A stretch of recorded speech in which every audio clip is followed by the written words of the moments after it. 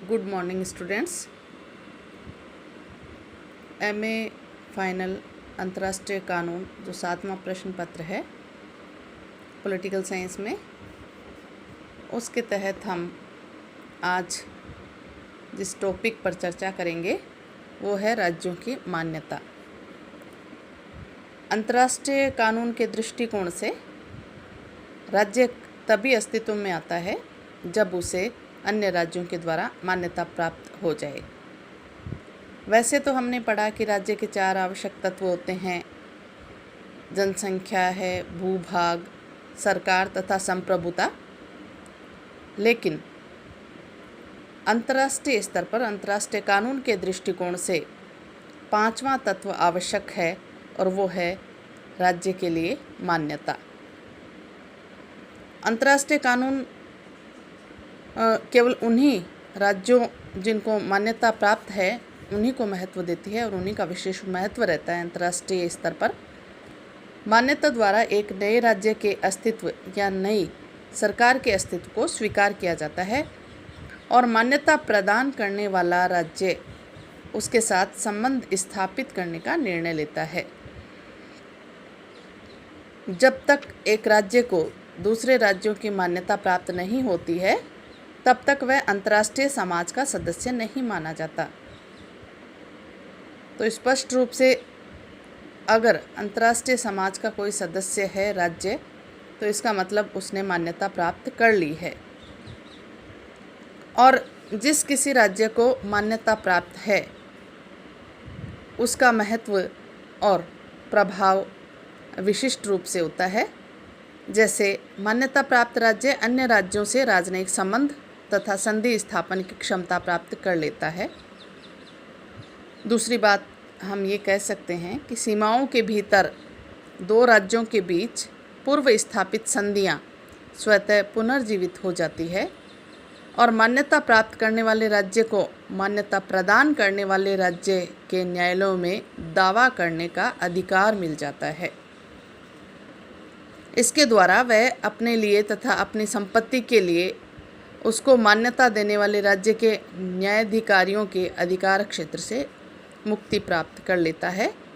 मान्यता प्रदान करने वाले राज्य के क्षेत्राधिकार के भीतर स्थित संपत्ति पर, जो कि पहले उसके अलग होने के समय पूर्ववर्ती सरकार की थी, कब्जा मांगने तथा प्राप्त करने का अधिकार प्राप्त हो जाता है।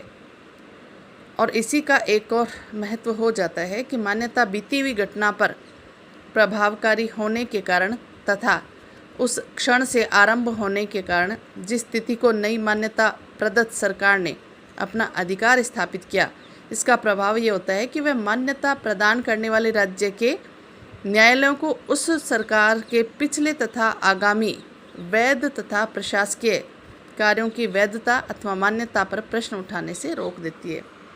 तो कुल मिलाकर हम ये कह सकते हैं कि अंतर्राष्ट्रीय स्तर पर अंतर्राष्ट्रीय कानून के विषय के रूप में राज्य अपने सारे अधिकार या अंतर्राष्ट्रीय स्तर पर वो अपने तमाम अधिकार या दूसरे राज्यों से संधियां करना, समझौते करना या संबंध स्थापित करना, ये तभी महत्व रखता है जब अंतर्राष्ट्रीय स्तर पर किसी राज्य को मान्यता प्राप्त हो जाए, क्योंकि वो तभी अंतर्राष्ट्रीय समुदाय का सदस्य समझा जाता है। मान्यता किसे कहते हैं, इसके बारे में बहुत सारे विचारकों ने अपने मत व्यक्त किए हैं। जैसे ओपनहाइम ने कहा कि केवल मान्यता द्वारा ही कोई राज्य अंतर्राष्ट्रीय कानून का विषय बनता है, और फेनविक ने भी यही कहा कि मान्यता का अर्थ अंतर्राष्ट्रीय समुदाय के स्थित सदस्य द्वारा ऐसे राज्य अथवा राजनीतिक दल के अंतर्राष्ट्रीय व्यक्तित्व को स्वीकार करना है जिसके साथ अब तक उसके सहकारी संबंध नहीं थे। केल्सन ने भी मान्यता को अंतर्राष्ट्रीय व्यक्तित्व की विशिष्ट आवश्यकता माना है, और सोरेनसन ने भी मान्यता को उस कानूनी व राजनीतिक क्रिया का नाम दिया जो राज्यों को अंतर्राष्ट्रीय व्यक्तित्व दिलाने में सहायक होते हैं।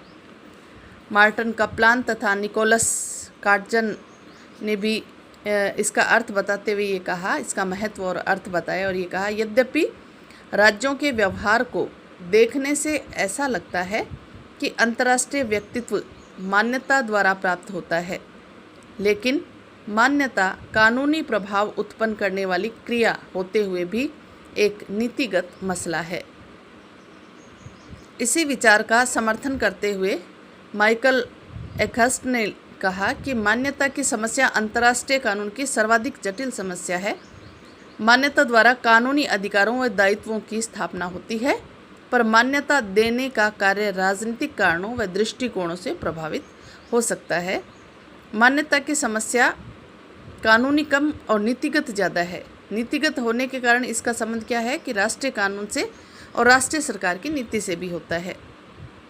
तो इसलिए मान्यता किसे कह सकते हैं हम, यानी मान्यता द्वारा अन्य राज्य ये स्वीकार कर लेते हैं कि राजनीतिक सत्ता जिसे मान्यता प्रदान की जा रही है राज्यत्व के गुणों से युक्त है। मान्यता द्वारा नया राज्य राष्ट्रों के परिवार का सदस्य बन जाता है। मान्यता प्राप्त राज्य को अंतर्राष्ट्रीय व्यक्तित्व प्राप्त हो जाता है। तो सार यही है कि अंतर्राष्ट्रीय समुदाय का एक राज्य तभी अपना एक सदस्य के रूप में अपने आप को स्थापित कर पाता है जबकि उसे अन्य राज्यों के द्वारा मान्यता प्रदान कर दी जाती हो। इसके संबंध में दो मूल सिद्धांत प्रचलन में है। एक सिद्धांत तो ये है कि मान्यता प्राप्ति के बाद ही कोई समुदाय राज्य के रूप में प्रतिष्ठित होता है, अर्थात मान्यता ही राज्य की निर्मात्री है। दूसरा सिद्धांत ये कहता है कि मान्यता से राज्य का निर्माण नहीं होता है, मान्यता केवल राज्य के अस्तित्व को प्रमाणित करती है। तो मान्यता का प्रभाव केवल घोषणात्मक है। इन दोनों सिद्धांतों के बारे में हम चर्चा करेंगे। जैसे पहला सिद्धांत है निर्माणात्मक सिद्धांत कहते हैं जिसको। इस सिद्धांत के अनुसार मान्यता ही राज्यों को जन्म देती है। जब तक किसी राज्य को मान्यता नहीं दी जाती तब तक न तो उसकी अंतर्राष्ट्रीय सत्ता होती है और न ही वह अंतर्राष्ट्रीय कानून का विषय बन सकता। एक राज्य केवल मान्यता के बाद ही अंतर्राष्ट्रीय व्यक्ति बन जाता है, अर्थात राज्यों के समाज द्वारा किसी राज्य को मान्यता के माध्यम से अंतर्राष्ट्रीय व्यक्तित्व सौंपा जाता है। इस सिद्धांत के समर्थक में हीगल है, हॉलैंड, ओपनहाइम और जेलिनेक प्रमुख रूप से आते हैं, क्योंकि इनका ये मानना है कि जब तक राज्य पर मान्यता की छाप अंकित नहीं हो जाती है तब तक वह परिपक्व अवस्था प्राप्त नहीं करता है और अंतर्राष्ट्रीय व्यक्ति के रूप में वो तभी जाना जाता है या अंतर्राष्ट्रीय व्यक्ति वो तभी बनता है जब उसे अन्य राज्यों के द्वारा मान्यता प्राप्त हो जाती है। इस सिद्धांत के दो परिणाम हम देख सकते हैं। पहला, मान्यता प्राप्ति से पूर्व किसी समुदाय को अंतर्राष्ट्रीय कानून के अंतर्गत राज्यत्व के न अधिकार प्राप्त हो सकते हैं और न ही कर्तव्य, इनका ये मानना है। दूसरी बात ये कहते हैं कि मान्यता प्रदान करना कोई कानूनी कर्तव्य नहीं है। राज्य मान्यता देने या न देने में प्राय स्वतंत्र होते हैं और स्वयं विवेक से निर्णय कर सकते हैं। तो इनका ये कहना है कि अंतर्राष्ट्रीय स्तर पर एक राज्य का अस्तित्व तभी माना जाएगा जब उसको मान्यता प्रदान की जाए और मान्यता प्राप्त होने पर ही वो अंतर्राष्ट्रीय स्तर पर उसको अधिकार और कर्तव्य उसको प्राप्त होंगे। और दूसरी तरफ वो ये भी कहते हैं कि मान्यता देने वाला राज्य बाध्य नहीं है, वो स्वतंत्र है, स्वविवेक से निर्णय करेगा कि वो मान्यता देगा अथवा नहीं देगा। तो ये तो है निर्माणात्मक सिद्धांत। दूसरा सिद्धांत है घोषणात्मक या प्रमाणात्मक सिद्धांत कहलाता है। घोषणात्मक सिद्धांत ये कहता है कि राज्य की रचना और जन्म का उसकी मान्यता से बहुत ही कम संबंध है। घोषणात्मक सिद्धांत के अनुसार राज्य की सत्ता तो पहले ही विद्यमान होती है, पर मान्यता द्वारा उसे प्रमाणिक रूप प्रदान कर दिया जाता है। इस सिद्धांत के समर्थकों के अनुसार मान्यता किसी राज्य को जन्म नहीं देती। देखिए, निर्माणात्मक सिद्धांत के समर्थक तो ये मान रहे थे कि मान्यता ही राज्य को जन्म देती है, उसका अस्तित्व तभी स्वीकार किया जाता है अंतर्राष्ट्रीय स्तर पर जब अन्य राज्यों से मान्यता दे दे। लेकिन घोषणात्मक सिद्धांत के समर्थक ये कहते हैं कि राज्य को जन्म नहीं देती है मान्यता, किंतु पहले से स्थित राज्य को स्वीकृति प्रदान करती है। इस सिद्धांत के समर्थक माने जाते हैं हॉल, पिटकाबेट, फिशर, ब्रियरली इत्यादि। ये ऐसे विधिशास्त्री हैं जिन्होंने ये कहा कि राज्य का जन्म या अस्तित्व तो पहले से ही होता है।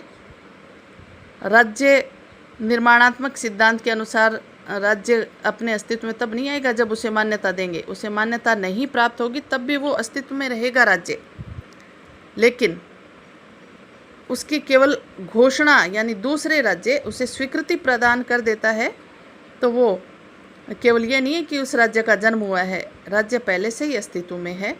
मान्यता का अनुसार है कि दूसरा राज्य उसे समर्थन दे रहा है अंतर्राष्ट्रीय स्तर पर। और यह सिद्धांत नेपोलियन बोनापार्ट की प्रसिद्ध घोषणा का समर्थन करता है, जिसमें कहा गया कि फ्रेंच गणतंत्र को कोई मान्यता की आवश्यकता नहीं है, जैसा कि सूर्य को मान्यता की आवश्यकता नहीं रहती। लेकिन अंतर्राष्ट्रीय स्तर पर यह निश्चित रूप से वर्तमान में ज़रूरी है कि मान्यता प्राप्त हो किसी भी राज्य को, तभी उसे सारे अधिकार भी मिलेंगे। सच्चाई तो संभवतः इन दोनों के बीच की, हम दोनों सिद्धांतों के बीच की कह सकते हैं। कुछ परिस्थितियों में पहला सिद्धांत सत्य होता है और इनसे विभिन्न परिस्थितियों में दूसरा सिद्धांत सच्चा जान पड़ता है। तो मान्यता प्राय राजनीतिक कारणों से दी जाती है, अतः इसे राज्य का निर्माण करने वाला कहा जा सकता है। इस स्थिति में पहला सिद्धांत ठीक ही होगा, क्योंकि मान्यता का अभाव किसी राज्य या सरकार की सत्ता के अभाव को प्रकट नहीं करता। जैसे हम बांग्लादेश को ले सकते हैं कि बांग्लादेश को एक समय तक अमेरिका ने मान्यता प्रदान नहीं की, किंतु इसके न होने से यह नहीं कहा जा सकता कि बांग्लादेश की सत्ता नहीं है। अतः इस दृष्टि से घोषणात्मक सिद्धांत ही सत्य प्रतीत होता है। इस सिद्धांत की सत्यता के प्रमाण स्वरूप कुछ अन्य तर्क भी दिए जाते हैं। तो मान्यता को लेकर दोनों ही सिद्धांत महत्वपूर्ण हैं। दोनों सिद्धांत के समर्थक अपने अपने दृष्टिकोण से अपना अपना पक्ष रखते हैं और अपने तर्क देते हैं। पर हाँ, निष्कर्ष रूप में हम ये ज़रूर कहेंगे कि अंतर्राष्ट्रीय स्तर पर मान्यता का प्राप्त होना एक राज्य के लिए अत्यंत आवश्यक है, जिससे उसकी समस्त अंतर्राष्ट्रीय स्तर की आवश्यकताएं पूरी होती हैं। धन्यवाद।